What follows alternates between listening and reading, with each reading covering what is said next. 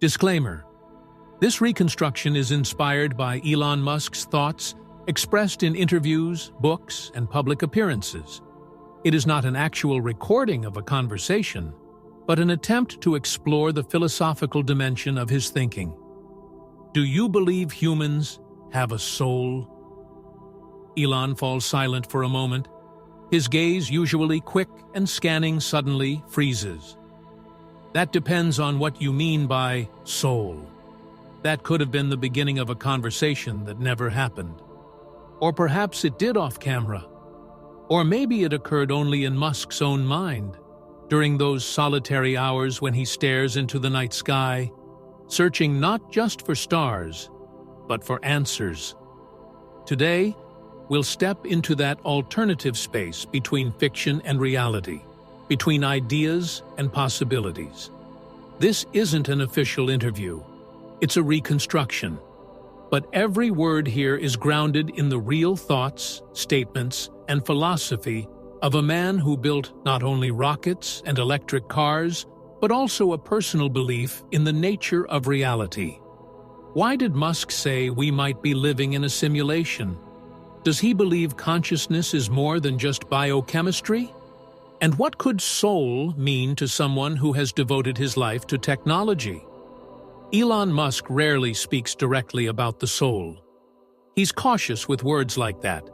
But if you listen closely in his phrasing, in his tone, in the space between the lines, you can sense something deeper. Something that reaches far beyond SpaceX and Tesla. In one interview, he said, "There's one question that is of utmost importance. What is the nature of consciousness? We don't understand where it comes from. It is the greatest of all mysteries." That one line might be the key. Today, we'll imagine what his inner monologue might sound like, his hidden interview on the soul. Not as a religious idea, but as a philosophical, scientific, and deeply personal enigma.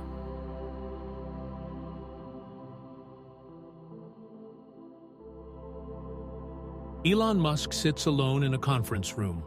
The room is empty. Only the blue glow of a screen reflects on his face. He's not giving an interview. He's thinking, as if talking to himself, or to something far greater than he is. "We're afraid to admit how little we know," he says softly. "And consciousness. It's a blank space we keep trying to fill with algorithms. This could be a recording, or a letter, or simply a stream of thought. But if you collect all his public statements, from interviews to podcasts, from speeches to rare tweets, you begin to notice a haunting pattern. Elon Musk does not believe that a human is just a biological machine. On the contrary, he keeps returning to questions that science still cannot answer. What is the self? What remains after death? Is it just a system shutdown, or something else? Why do some people feel a mission inside while others don't? Where does that inner drive come from? He's an engineer. His world is numbers and formulas.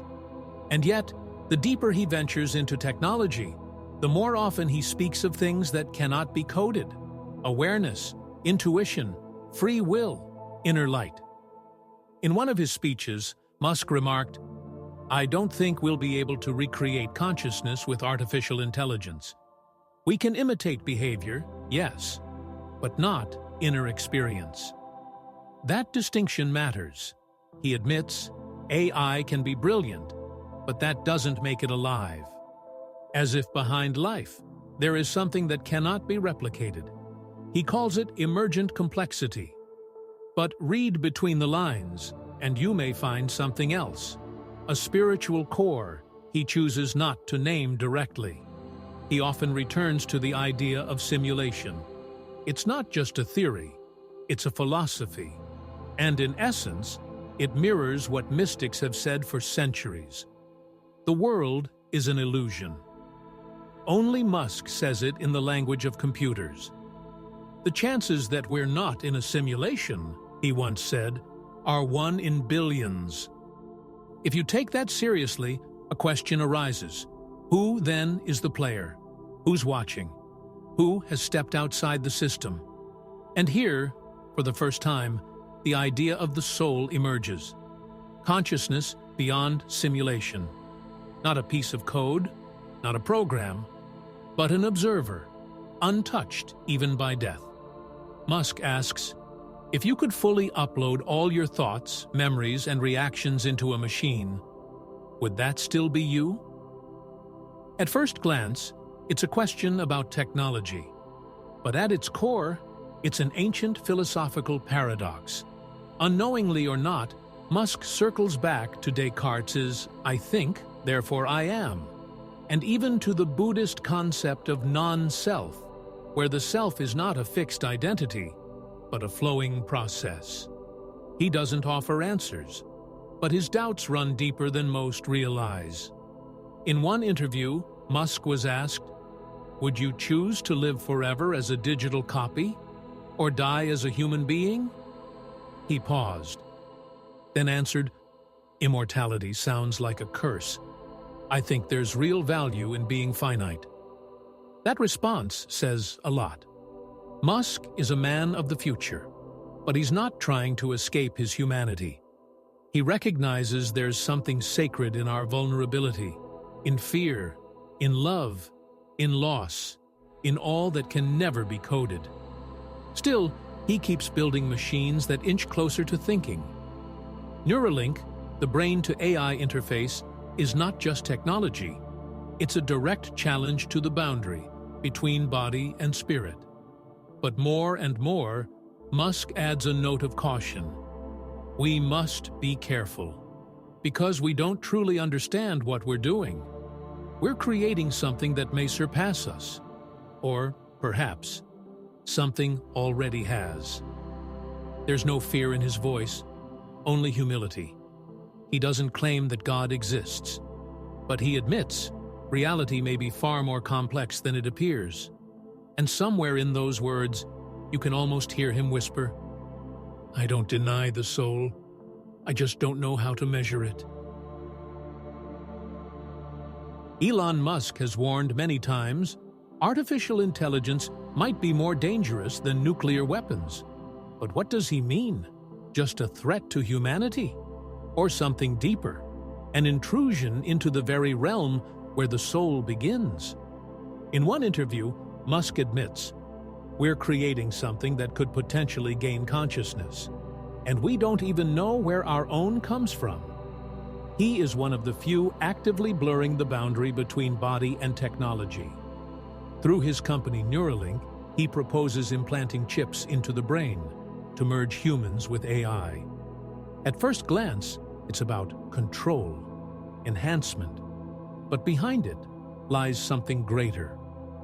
We want to merge with the machine because we fear it. But what if we're already part of something bigger? Musk is a firm believer in the simulation theory. He claims there's a high probability we're not living in a real world, but in a digital matrix. If we accept that, one day, virtual realities will exist that are indistinguishable from real life, then the odds that we're in the original reality are vanishingly small. If that's true, then what is the soul? If the body is just an avatar and the world a generated environment, then perhaps the soul is the code written outside the simulation? Elon doesn't offer direct answers, but his thoughts echo eerily close to ancient mystics and modern esoteric philosophers. The only difference is language. They say spiritual body. He says a substrate-independent consciousness carrier. He asks, what if a human is something that can migrate between hosts? Like a soul between lives? Like consciousness between forms? Like a program between machines? And here arises the real question. If AI can preserve human memories, voice, tone, reactions, does that make it human? Or just an illusion? Musk isn't sure, but that's not what frightens him. What frightens him is this: that the boundary between living and digital might vanish. And with it, we forget what truly matters. If consciousness can be copied, he says, we stop valuing its uniqueness. He adds, we already have digital immortality, photos, posts, videos, avatars, but that's not the soul. The soul is not what can be preserved. It's what cannot be replicated. He believes this is the key. The moment when a human stops being a program and becomes someone. In rare moments, spoken barely above a whisper, Elon Musk has admitted he has felt the presence of something greater. Not in churches, not in scientific labs, but in space. When you see Earth from orbit, he once said, you realize how fragile it all is, and at the same time, how deeply meaningful it becomes. He doesn't use the word soul. He says, a structure that cannot be destroyed, even by death. On one podcast, when asked about death, Musk went silent. Then finally replied, we don't know what happens after death. But intuitively, it doesn't feel like just the end. He is not a philosopher. He is an engineer. But the more he builds, the more he seems to reach toward the unknown. He once recalled how, as a child, he would sit alone, staring at the night sky, and suddenly, I felt someone watching me. Not a person, not a being. Something. Warm. Watching. Waiting. It wasn't religion. It was something timeless. A brush with the eternal. As the years passed, he stopped speaking about such moments. Few understood. But in SpaceX, in his rockets, in his dream of Mars, there's something more than science. There's a silent summoning, a personal quest to find that edge of the universe where a human finally meets the one who called him there. Maybe we're not alone. Maybe we've just forgotten who we are. If the soul is not a program, not a memory, not a body, but a pull toward something we can't explain, then maybe Musk isn't seeking answers. Maybe he's just trying to find his way home. In one rare interview, he said a sentence that went almost unnoticed, but might be the key to everything. We spend billions on colliders to learn what the universe is made of. But what if the real question is, what are we made of? That line stopped everything. The universe can be taken apart, measured, simulated. But a human being, a soul, is something else. No matter how deep the equations go, no matter how far the rockets fly, the mystery of the soul will always live beyond formulas.